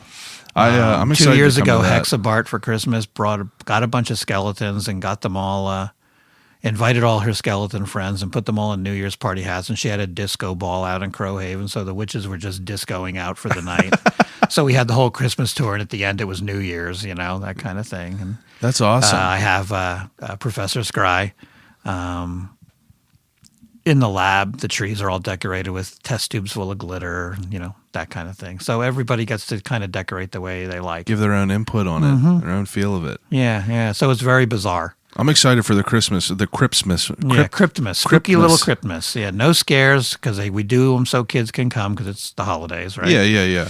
But it's still creepy and weird, and there'll be a new game, and Yeah, and I knew that you guys did that, from the last years that I've been here. I just have never made it out, but we're going to come to that Christmas one cool. for sure. Yeah, when we stopped doing Valentine's Day, we went ahead to St. Patrick's Day. I resisted St. Patrick's Day because I was worried about the amount of inebriation. Oh, yeah, I bet. And they've been successful because there's really not a lot to do other than get drunk. Yeah. So people were thrilled to find that we had a St. Patrick's Day themed thing. Absolutely. And they came, and it was wonderful. And we're the MacCabre family is Scottish, and we are happy with our Irish brothers, and it's all like Heritage Week for us, kind of. And yeah. So we do all that kind of stuff. It's all Blarney Stones and evil leprechaun tricks, and all that. That's awesome. Keep it going all year around. The Valentine's show was fun because we know what, as characters, we know what love eternally is. But for you mortals, you're wasting your time. Yeah. Because every relationship ends in either divorce or death. Yeah. Every one. Every single one. You're either going to split up or somebody's going to die. And you guys are already... Why would you go into that? Why would you buy into that? Yeah. So we would try and explain to the mortals, this is how it's going to be. Are you sure you want to do this? Yeah. And you guys are already in the afterlife, so you... Yeah, it doesn't matter. We are eternal. Man. That's pretty awesome how you do the different things like that. Yep. And one year we made it so that there was a reviewer came through, a very well-known reviewer, reviews haunts all over the country. Yeah. And he's like, well, the problem is I've been here a lot and the game's not hard enough. And I've never lost because he's very bright. Yeah. And he knows that part of the trick is if you just be quiet and pay attention and do what you're told, you got an 80% chance right there. Yeah. And then sometimes it's dumb luck. Sometimes it's who the rest of your group is. But he's like, nah, you can't lose here. I was explaining to you before we even started recording that, usually I could get the puzzles and the tricks that you have, but this year I was stumped in the lab. The lab was tough, yep. And that was, it really blew my mind because, you almost feel like a pressure whenever you're in there. It's like, he's like, oh, figure this out. And then you're looking at these boards and these equations, and sometimes it's just people thinking way too hard. Oh, for sure. And for sure. And usually in Crowhaven this year, It's people Yeah, yeah. overthinking it. Yeah, overthinking. That's exactly it. So that's what. And it's hard, and that's the whole trick here. Well, let me finish Valentine. I'll tell you the trick. Yeah. So the reviewer was like, always complimentary, loves the castle, has helped us with other things. So he's totally like, totally biased now Yeah. because he likes us. Yeah. And he's like, but I'll never lose. And I wrote the Valentine's game where we really pushed the mortals can't win in love. And to prove a point to him, we made it so it was, we had a little safety factor at the end that would tip it, and every single group lost. Really? Which is not true because one group totally fooled our last actor and did win. But it was all set up so that, well, we're telling you, you're going to lose. Valentine, Affairs of the Heart for Mortals, you're going to lose. Yeah. So we did the whole tour and so that everybody would lose and get the point. And he's like, he came out, oh my God. He's like done with the gift shop and everything. And he comes to tell me he likes it. And he goes, wait, I lost. I'm like, oh, did you? Because the groups don't talk to each other. Yeah. So they don't know that everybody lost. How would they know? Oh, They don't that's know. a good point. Yeah. So, you didn't talk to the group behind you or in front of you after you went through. You hung out with them in line. Yeah. But you didn't talk to them later. Yeah. So you don't know how they did. That makes sense. So, no So one he ever wrote a knows. review on Valentine's Day, and he did this whole, oh my God, I actually lost the game. I can't believe it. Oh, this and that and everything like that. And I actually, in the comments section, I wrote, we wrote the show just for you. Everybody lost. And he's like, you got to be kidding me. I go, no. Could I ask what the game was? Let's see. No, you can't because I don't remember. I don't remember the specific talisman. I know that you sense. had to shoot a bow and arrow at a heart. Oh, okay. I know that in one of them, for Valentine's Day, you actually had to, because everybody says, oh, this person ripped my heart out. Yeah. So we had a figure where you could reach in and rip their heart out. Oh, really? And the figure would lean forward and then say, I never loved you anyway. Because that's how it works, isn't it? That's awesome. So those are the kind of things we did for Valentine's Day. That's pretty cool. Yeah, a little crazy. Yeah, you guys definitely do some awesome stuff here. I really enjoy it. I do. And you had a question and I said, I'll tell you the secret after Valentine's story. Did we forget what that is? yeah, I get so excited We'll get about back it. to it, I I'm get sure. so excited, and this is it's all a work in progress for me from the first episode that I've done. My first episode was with one of my good friends who plays in a band, and I had a bunch of questions written down, and I was reading off my laptop while I was talking to him, and it really took away from the conversation because it was me asking a question and then him answering, and while him answering, I wasn't paying attention. I was reading Sure. a question, and it It's took away nicer from if it. It just kind of wanders as a conversation. For this kind of format, it's nicer if it wanders as a conversation. Exactly, and that's why If you were a newspaper person, Yeah, 'cause I could write out all the answers because I know what you're going to ask. Exactly. People ask the same things, and that's why I don't have a template really, and I kind of just let things come to me because and that's why I only interview people that I want to interview because my genuine curiosity about it, I bank on is that's my bread and butter. It's like I think that really is appealing whenever you listen to a conversation like this because I just ask things that pop into my head and things that I was curious about while we went in, and luckily this was something that we came to the other day, so I had fresh things on my mind. Sure. And it I don't know, I was just excited to come through and talk to you about this. Okay, so I do an ending segment where I do. You know what The Office is? Yeah. The TV show The Office. Yeah. So there's a part where he has desert island questions.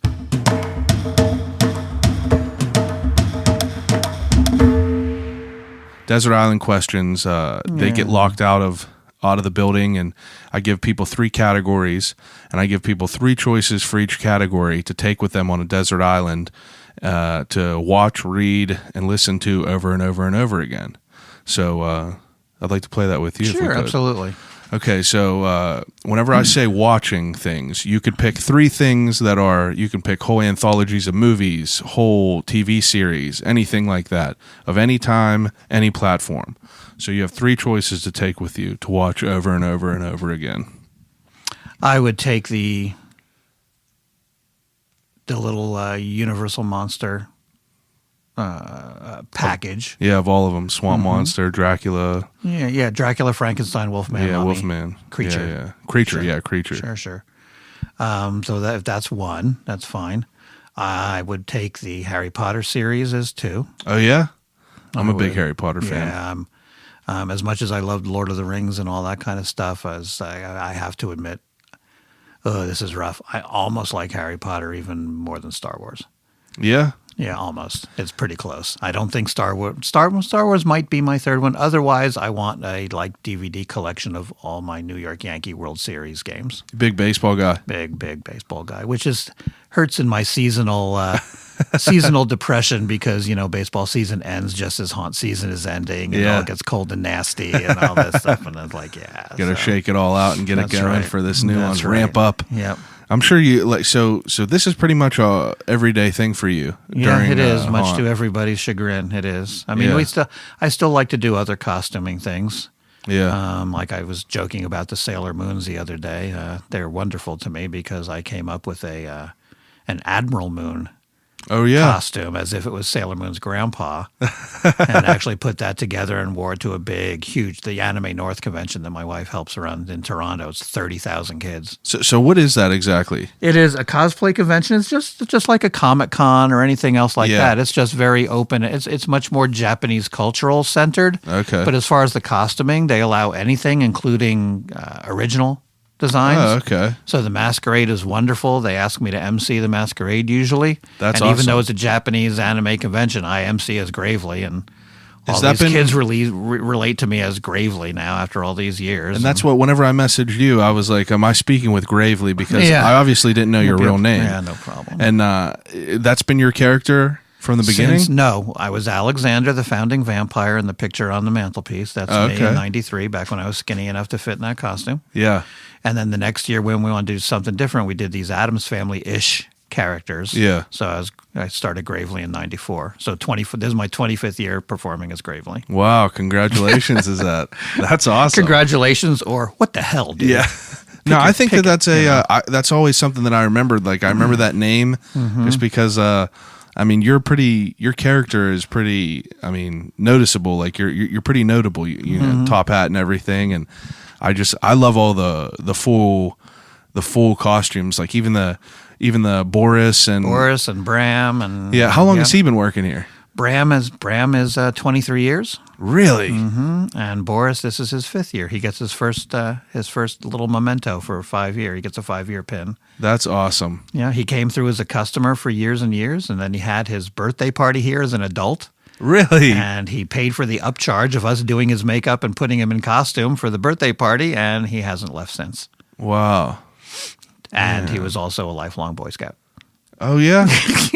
That's awesome. He's I see him every year. Yep. He is always here whenever I'm here, and he always is. That's part of the best part about the haunted house. Like everyone, all the characters, they're always snarky enough and kind of they slight you just enough to. Well, they all have a little bit of a "we're better than you" because you're just passing through this world. yeah, and this is our home. And some of them are happy, and it's fine that you're here. And some of them, depending on when you come through, they're not going to be happy at all. Yeah. I mean, since we are a theater group and everybody's volunteer, it usually takes about 70 different people to fill 30 spots a night. Yeah. We've had actors from 14 different states and 2 provinces of Canada come down. Jeez. Yeah, as I was saying, the doctor in the lab this year is a real doctor, not a medical doctor, but is a real scientist from Montreal. Yeah.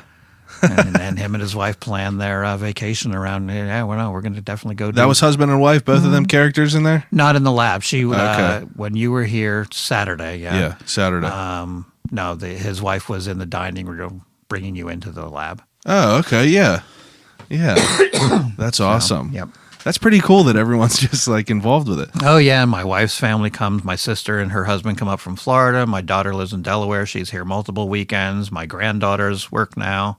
Okay, they're only 4 and 2. Yeah. but they still dress up. They dress up for the matinees, and are creepy little kids. I'm curious because this pops into my head. Have you ever had any negative experiences here as far as like, people, people, I don't know. Do you ever have any religious people that are coming here to like? Sure. Well, first off, it's nice to let everybody know that we're the biggest contributor to St. John's Orthodox Church right behind us because we write a big damn check every year so we can use our parking lot. So they're pretty cool with us. We also support the every time we can the Epiphany Church in Monessen. Yeah. We were brought to Monessen specifically to be an arts and entertainment anchor because the administration at the time wanted to gentrify this up and turn it into a cool, kitschy, artsy community because that's how to get the blight and the brown zones out of here. Yeah. So we were brought in because we were a theatrical haunt and they wouldn't have to worry about us burning goats on the roof and running around with chainsaws and all that because they had that here a long time ago and it did not go over well. Yeah. And to be honest, with the Savini makeup school down the street, we can't be any weirder than anything else. Yeah, I know, right? You know? So it's all good. we have, because we're in this funeral parlor, we have a lot of people that are shaky about coming in because they're walking through scenes where grandma was laid out one time. Oh, that's so a we good have point. that. Not a problem like they hate us, but Yeah. they just like, I'm a little uncomfortable Weary. with that. Yeah. That makes sense. Yeah, but you probably have family that has been in here at one point or another to see someone. Well, opening night, one of the families of one of the funeral directors came through. Oh, yeah. Yeah. They were like, geez, because some of the stuff, a couple things were still here. And like, Wow. I remember when Mom bought that dresser. Jeez. You know, stuff like that. So that was a little awkward for all of us. I bet. But then at the end, they're like, the way my father was, it's better that you're doing this, and they tear this place down. Yeah. So Now, another thing you just said about the chainsaws, you have a T-shirt in your gift shop that says chainsaws. Does it say chainsaws are stupid? Sure. Now, I think that that's awesome. Even though chainsaws definitely scared the shit out of me whenever I was younger, I think that that's just like that's something good to be proud of. That's like something to be proud of. The proudest moment of that phrase, and we've used it for at least 15 years now, is the year we have bumper stickers too. We're just out of them right now. Yeah. The year that 5 of the 100 Acre Manor chainsaws had our bumper stickers on their blades Really? because they thought 5 chainsaws was a little much, and they're like, yeah, this is stupid. Because they're friends. You know, Yeah. Scarehouse is friends, 100 Acre Manor is friends, Allen's Hayrides is friends. We try to all be friends. Yeah. So like, you are all civil in this As much world? as we can. Absolutely. Yeah. There's only been one time that a haunt was not a friend to everybody, and luckily they changed owners, and the new guys are great. That's awesome. So, yeah, I don't personally have any problem with any haunt in the whole Pittsburgh area. None, I don't think none that there's whatsoever. really any other haunts that do what you do.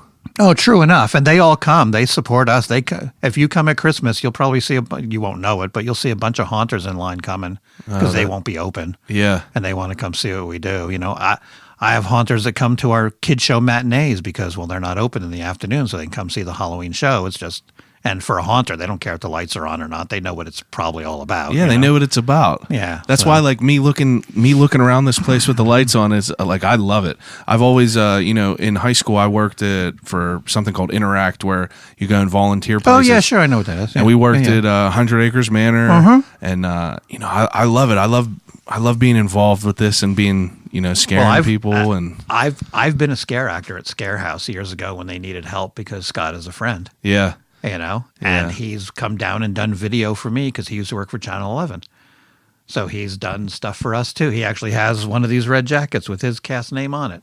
that's awesome. And 100 Acre Manor in the past has been the Ethan, who's not there anymore.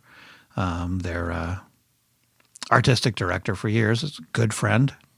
That's cool to know problem, that been in like and out. everyone is supportive As of each much other. as we can be, you bet. Like I said, years ago there was one problem haunt, but they're not a problem anymore. The new actors are wonderful, and the new owners are wonderful, and the actors don't really give a crap about any of that kind of stuff. you know? Yeah, because if they're I working don't think in a anymore. place, I don't think anybody steals signs like the little election signs. I don't think anybody bothers stealing signs Yeah. or doing that.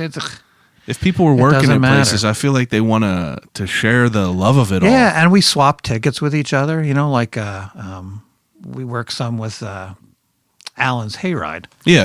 I've been And there. I mean, yeah, and it's like it's a timepiece. That place, it's like possibly America's oldest haunted hayride, 1979. Oh, really? Yeah. I didn't know that. Yeah.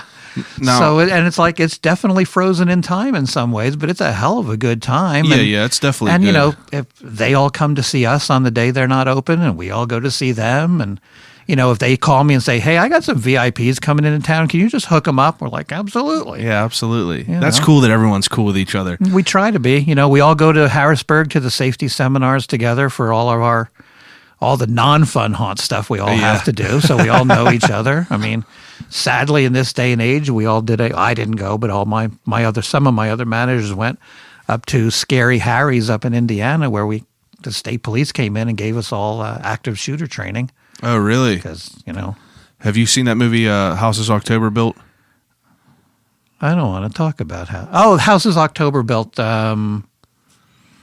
Is that the one full of? It's about haunted houses that the people actually kill people in the haunted houses. Yeah. I did see that movie. That's funny. I thought you meant not the documentary one. No. The actual movie. Yeah, it's fun.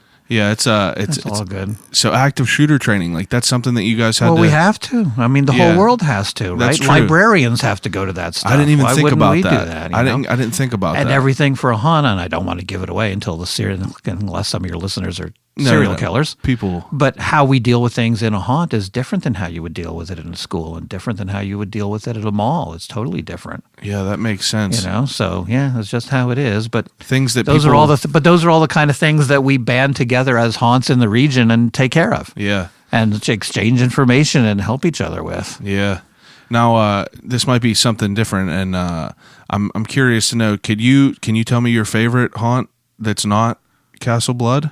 Doesn't exist anymore. It would have been Terror on Church Street down in Orlando. Terror on Church Street. It was built by former Disney designers, and it was like down in the in Orlando at the regular touristy area, not the theme park area, like the downtown area. I think where Church Street Station is. I think I know what you're talking about. Yeah. That was my favorite that I've ever been to. But there's tons. I mean, I don't want to pick a favorite locally. No. That's understandable. I am a total Disney Haunted Mansion junkie, but that's almost like a different animal. It's not, Yeah, absolutely. We went to Mansfield Penitentiary. Sure. Are you familiar with that? Yeah, of course. So Shawshank Redemption is like one of my favorites. Sure. Yeah, it's one of my favorites. So 3 years ago, I took my wife up there for her birthday. Her birthday's tomorrow, actually, and we went up there and like we got this. I bought her the VIP tickets, and there was a medium there who you had a dinner and people talked to you, and supposedly you talked to some of the afterlife. They communicated, and it was awesome to go through that because like part of the haunt is like through the actual old jail cells, and it's just like it's scary to think about the people that are working in there that are just sitting in the cells waiting for the people to come through, and you're just like, geez, got to be eerie in there. Yeah, they're hosting a haunters convention there in May. Oh yeah, yeah, that's awesome. Yeah. So actually, that'll be the first time I get to go in. Yeah, I've never been in. It's an incredible place up there. It's also cool if you're a fan of like the Shawshank to go to that little town and to like see where Brooks sat and fed the pigeons and hung himself, unfortunately. Yeah, but, no, I love that movie. That's one of those, if you're flipping channel and it's on, it just stays there until it's over. Just got to stay on. It's so good. Yep. Okay, so, all right, second, you picked 3 movies. Yep. Oh, were we still on trying to end this thing? Yeah. That's all right, though. That's no. It's the best part about this. I know that whenever I talk about, like, the desert island shit, it always spirals into other shit, too. Because, it's not getting me to talk that's tough. It's getting me to shut up. Yeah, same thing with me. And I cut people off, and it's not that I do it aggressively or maliciously. I get so excited, and there's so many things that like just pop into my head that I don't want to forget. But so the 3 movies you picked, the Universal Monsters, you picked Harry Potter, and I picked a big giant collection of Yankee World Series games. Yankees World Series games. That's now, did you see online all the articles about Boston cheating with a pine tar on the guy's arm? No. Baseball ended last week when the Yankees lost that 4th game. I'm now just Halloween, and I think it is 126 days until spring training. That's good. I accept that. I respect that for sure. Okay, are you a reader? Mm-hmm. Okay, so some people just don't read anymore. Yeah, I don't have time to read fiction as much as anymore, but... Now, if I was to give you 3 options to take with you on a desert island of books, would you have 3 to take? Sure, I'm going to take To Kill a Mockingbird. Okay. One thing that has been like they forced me to read in school, but I actually still love. Yeah, I read that book. I would take the Andromeda Strain. It was a science fiction-y, end-of-the-world-ish kind of thing. Nuclear holocaust in the 60s it was written. Okay. So I might take that. And I won't say Harry Potter since we did that for the movies, but I think I'll take the Dragon Riders of Pern. What's that? Which is an Anne McCaffrey fantasy series about a planet where we probably colonized it, but everything went bad and they lost connection with the rest of humanity and developed on their own. And there were these little winged lizard things, and they actually bred them into full rideable dragons and stuff like that. Yeah, it's a big deal. There's probably that sounds pretty wild. Yeah, there's probably 10 or 11 of the books now, but I'm just going to go with the original first 3 because they get a little wacky after that. So, okay. And if nobody wants to do that, my 3A would be Dune. Okay. Because that just takes forever to get through, so it's a good way to waste time on a desert island. Good way to waste time. You got all the time in the world there. Yeah. Okay, so now the third category is stuff to listen to. Now the 3 Bs, buddy. The 3 Bs. I don't mean Brahms, Beethoven, and Bach. I mean the Beatles, Bruce Springsteen, and the Beach Boys. Oh yeah? I'm all good. All right. The Beach Boys is definitely a reoccurring desert island band on here. Sure. Beatles too. People have definitely liked the Beatles. Now you said Bruce Springsteen. That's my roots. He's writing about the streets I drove on. That's you're the first person to choose him, so that's always good to have someone on here. I won't say I worked for him, but as a time when I was in high school, he was really just starting out, and I'd work theaters that he was playing at as a little usher kid, and that's awesome. Stuff like that. And yeah, he was around a lot. He was around, where my costume shop was, 5 or 6 years earlier, I was lined up out front because there wasn't any Trickotron back then because I'm ancient, and line up at the music shop there to get Bruce Springsteen tickets or Southside Johnny tickets. And, the whole life of the Stone Pony and Born to Run is my high school days. It just is. I can take you to Born to Run. I can drive you through where it all is. That's as awesome. Can anybody there. As everybody I went to high school with could do the same thing. That's good. You were dead set. You knew exactly what you wanted. No, for sure. I mean, if you had to only tell me one album each, I could tell you that too, because I think too much away from these things. But if it's going to be a little collection, I'll just go with anything from those 3. All right. Okay. Second to last question. Your death row meal. So if you were about to die tomorrow and they were allowed to give you any meal, and you were allowed to choose any meal as much as you want, wherever you want, how much, whatever, what would that be? It'd be a traditional Thanksgiving dinner. Oh, yeah? Yep. Turkey and all the fixings and stuffing and corn and my mom's coleslaw and gravy and all that stuff. I do enjoy Thanksgiving. Yep. I definitely pack on some weight. Stuffing and gravy and mashed potatoes is my favorite. Yep. Turkey, definitely. But if my mom was a working mom my whole life, and she didn't cook fancy. Yeah. But because she was a teacher, she'd always have Thanksgiving off and Christmas off and all like that. So holiday cooking was balls on awesome. Yeah, that's a good answer. Dinner. So you're excited for coming up here? Yeah, for sure. Yeah. All right. And the last question. Actually, before this last question, I'm curious. Your favorite Halloween candy? Candy corn. Candy corn. You bet. Oh, you're the only person I know that's been on here and that enjoys it. Brock's came out with they revitalized all the weird shapes and flavors this year, but you can only get it at Walgreens. It used to be called, because the mellow creams, right? Like you get at Christmas, they're bells, and you get Easter bunnies and stuff like that, the mellow cream. So Halloween in the 60s, they had all kind of flavors, and it was called Harvest Mix. Not Autumn Mix, which is just pumpkins and candy corn. It was Harvest Mix. I didn't know that. And they reissued it this year as Scary Shapes. And there's chocolate bats and caramel ghosts and yellow, I don't know what the hell flavor it is, corn stalks. What's the flavor of candy corn? It's supposed to be honey and vanilla, really, because the good stuff is actually made with real honey. Huh. You have a favorite brand, Brock's? Is that it? Yeah. Huh. And I'm horrible because when the bags come out in September, I want to make sure they're not last year, so I'm like pinching them to make sure they're fresh and stuff. That's all right. There's no problem with that. Yep. Okay, and the last question that I ask everyone is if you could have a conversation with anyone alive or dead, who would it be and why? Now, usually people will say family. obviously you could choose a family member, but if not a family member, I'd like you to choose someone. Not a family member. Obviously, not obviously, but mine would be my grandfather if it was to be my family member. Oh, sure, But for sure. if it wasn't a family member, mine would be Robin Williams. I'm a fan of comedy, and I think he would be fascinating to have a conversation And with. family member for me, since both my folks are gone by the time I was 21. Yeah. That would be an easy get, right? Yeah, obviously. I'm going to say Billy Martin, who was manager of the Yankees off and on for years. Oh. I did get to meet him once, but it was at a card show, so it wasn't a lot. I met Mickey Mantle once at card shows. I was collecting Yankee stuff too, But he was so troubled and he was such a troubled genius that I think that would be interesting. Yeah. As interesting to me as like Albert Einstein or something to other people, probably. Yeah, that's your wheelhouse. That's yeah. It's I would assume my that's your childhood and all. It's like, that's your biggest passion besides for the haunted world. For sure, it is. It is. Yep.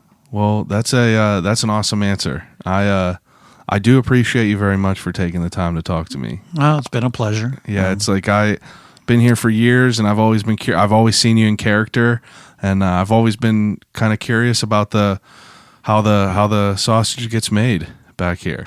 And sausage is a good phrase for it. I had a clown teacher that used to say, like somebody would end up being a jerk that day, right? Or somebody would do something stupid. Yeah. Stupid. STOOPID. Stupid. And he would just go, remember, spice for the stew.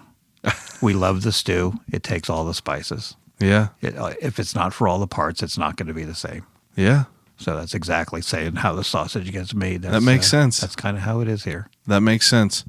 All right, so take any time to plug whatever you want to plug.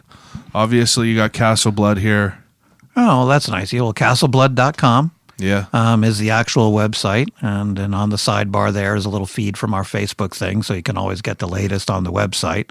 Because if I think it's going to rain, I'll let you know. Yeah. That kind of stuff. We have the Facebook page that is Castle Blood. There's a couple other Castle Bloods out there, so make sure you're looking at the right one. Yeah. When are you open till? Yeah, we have Friday, Saturday, and Sundays in October. We have Halloween night. We are open. Most haunts aren't, but we are. Okay. So if you want to come hobnob with all the other haunters that are closed, they'll be the ones in line here. Yeah. We are doing a candlelight, really darker, less game, more scare on Saturday, November 3rd. Really? Where it's wicked dark and we changed the path a little. We experimented with it last year and people liked it. Not many people came because it was just like an experiment. But we're going to try, a lot of places do extreme dark out and stuff like that. Yeah. Well, we're going to do it a little different and it's still candlelight, like every group has. So November 3rd. Saturday the 3rd. Oh, I'm going to try to make that for sure. We do Christmas. I believe it's going to be the 15th, 16th. I don't have the calendar in front of me. It's a Saturday night and Sunday afternoon. Yeah. Which is no scare kids. I won't say kids show because we don't dumb down the game. Yeah. But it's just not people hopping out scaring the shit out of people. We may even sneak in another ghost hunt at the end of November. Okay. So we'll see about that. Watch the Facebook page for that or go to Ghost and Nat with those guys because they're awesome. Yeah, and I'll link everything in the descriptions below. I'll have your website here. Yep. Yeah, Twitter and Instagram and all that is The Castle Blood. Yeah. So that's easy enough to find. And and if anybody comes through and you actually win and you get your prize, make sure you get your picture taken with your prizes at the end because if you send them to us, we put them up on the website. Oh, yeah. I won't give away what you win or whatever, but we do. We have a little rolling slideshow of past winners and stuff on the website. Me and for my honeymoon, after I asked my wife to marry her, or to marry me, we came here.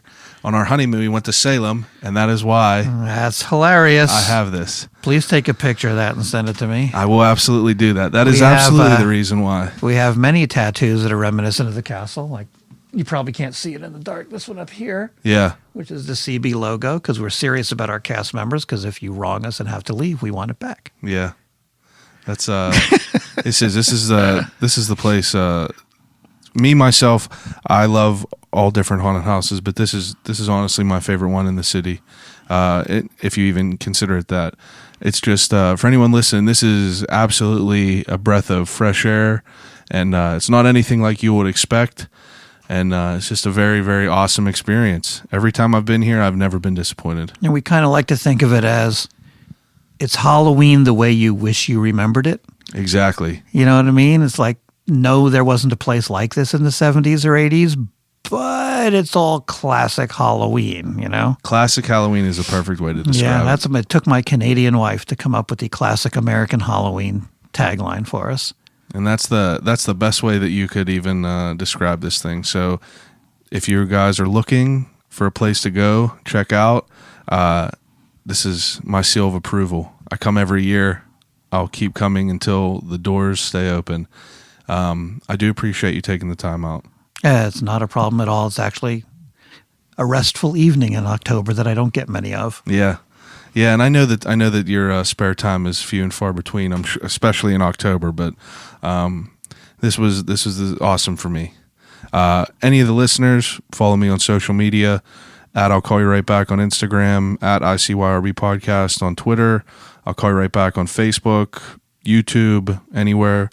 Email me, I'll call you right back at Gmail. Let me know who else you want on here, who you don't want on here, what you like, what you dislike. Call me a piece of shit if you want.